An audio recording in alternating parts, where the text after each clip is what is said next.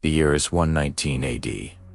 The air in Dulutus, the Gladiator school, is thick with the smell of sweat, steel, and something else. Fear. My name is Gaius, though that name feels like a ghost on my tongue now. They call me the New Blood. I was a farmer's son from Hispania, my hands used to turning soil, not gripping a sword. Roman legionaries burned our fields, took our freedom, and sold me to a man named But. He saw something in me, he said. A fire. I just saw the ashes of my old life. For months, I trained.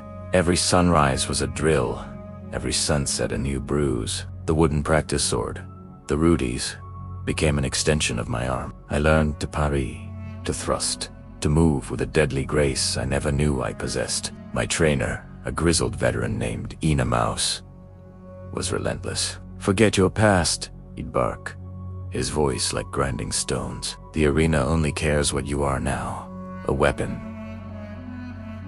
Nothing more. He taught me that survival wasn't about strength alone. It was about seeing the opening before your opponent did, about using their aggression against them. He taught me to fight not with my body, but with my mind. Still, nothing prepares you for the real thing. The day came when Batiatus announced the Primus Palus, the first-tier gladiators, were to fight at the local amphitheater. And then he looked at me. The New Blood will get his taste, he declared with a smirk. A murmur went through the other men. Some clapped my shoulder in a grim show of support.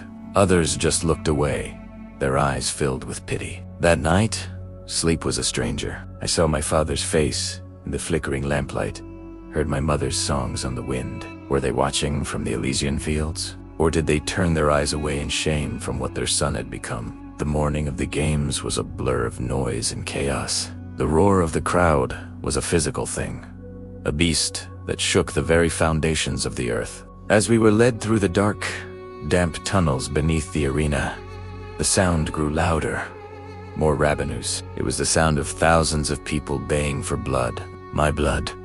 We were herded into a waiting chamber, the air stale with the scent of unwashed bodies and terror. I looked at the men around me, giants of Gaul, Agilae, Numidians, Stoic, Thracians.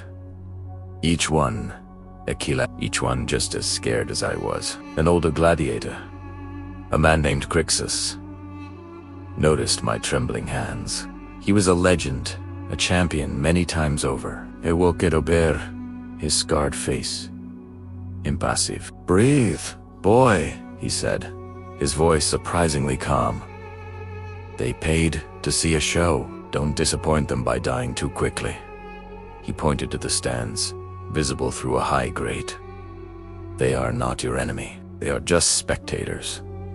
Your enemy is the man who stands opposite you, and yourself. Conquer the fear inside, and you've already won half the battle.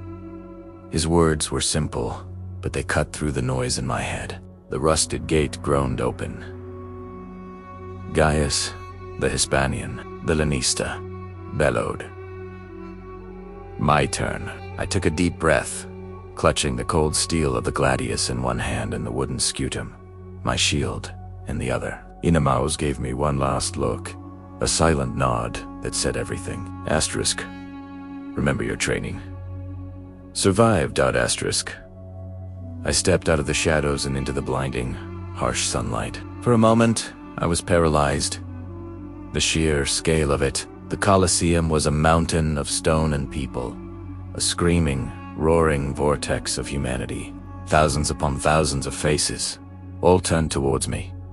They cheered, they jeered, they threw flowers and insults. To them, I wasn't a person. I was entertainment, a piece of meat to be tenderized for their amusement. My opponent was already there, waiting in the center of the sun-scorched sand. He was a Riciarius, armed with a trident and a net. A fisherman of men. He was huge, a mountain of muscle and scars, laughing as he saw me. The New Blood, fresh meat. The crowd roared its approval. The editor of the games, the magistrate, raised his hand. Silence fell like a shroud. A dropped Italiano. The fight began. The Reciarius came at me immediately. whirling his net. I remembered Inamau's voice. The Retiarius is quick. He wants to entangle you, immobilize you.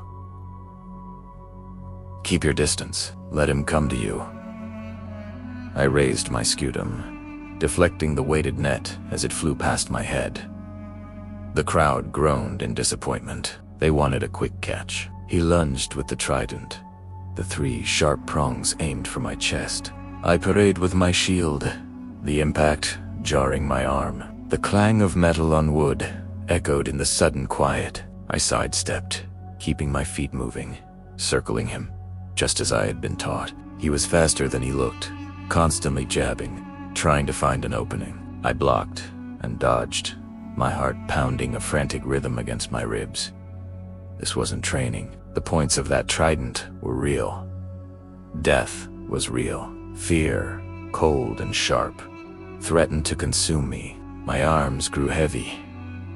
The sun beat down, merciless. I could feel my strength starting to wane. I saw a flicker of triumph in the Retiarius's eyes. He thought he had me. He feinted left, then threw his net again, this time Lu aiming for my legs. It was a trap I had practiced 100 times. Instead of backing away, I did the opposite. I charged forward, ducking under the net. The move surprised him. For a split second, he was off balance, his body exposed as he tried to recover his weapon. It was the opening Inamas had talked about, the opening Crixus said to look for. In that heartbeat, there was no crowd, no noise, no past, no future. There was only this moment. My gladius felt light in my hand. I lunged, not with rage, but with a cold, desperate focus. The blade found its mark, sliding beneath his ribs. A gasp escaped his lips. The trident fell from his grasp, clattering onto the sand. He looked down at the sword in his side, 10 up at me, his eyes wide with disbelief. The giant stumbled backward, clutching the wound, and fell to his knees. The arena was silent. Utterly, profoundly silent. I stood over him, my sword dripping, my breath coming in ragged gasps. He looked at me not with hatred, but with a strange, pleading acceptance. He was a man, just like me, a slave, just like me. Forced into this brutal theater, he raised a trembling hand, a signal to the magistrate. The crowd erupted. MIT, let him go. Som escrime, Ugula. Kill him, roared others. They were a fickle, bloodthirsty god. I looked to the editor's box. The magistrate leaned forward, his face a mask of contemplation. He looked at me, then at the fallen gladiator, then at the roaring crowd. He turned his thumb downward. The sentence was passed. I had to finish it. My hand tightened on the hilt of my sword. I looked into the dying man's eyes and saw my own reflection. This was my new life. This was my destiny, to be a butcher for the amusement of Rome. A part of me died on that sand, alongside him. I did what I had to do. As I walked away, the roar of the crowd was different. It wasn't cheering anymore. It was respect. It was they chanted my new name, not the one I was given at birth, but the one I had earned in blood. Iberos. Iberos. The Spaniard. I raised my sword to the sky, not in triumph, but in a silent promise to the ghosts of the man I had just killed, and to the ghosts of my family. I will survive this, you will endure, and one day I will be free. The cheers faded into a dull ringing in my ears. The fear was still there, but it was joined by something new, a grim determination. My destiny had not just begun. It had been forged in the crucible of the arena. Thank you for joining me on this journey into the heart of ancient Rome. If you were moved by this story, please like this video, subscribe to the channel for more tales from history, and hit that notification bell. We'll see you in the next one.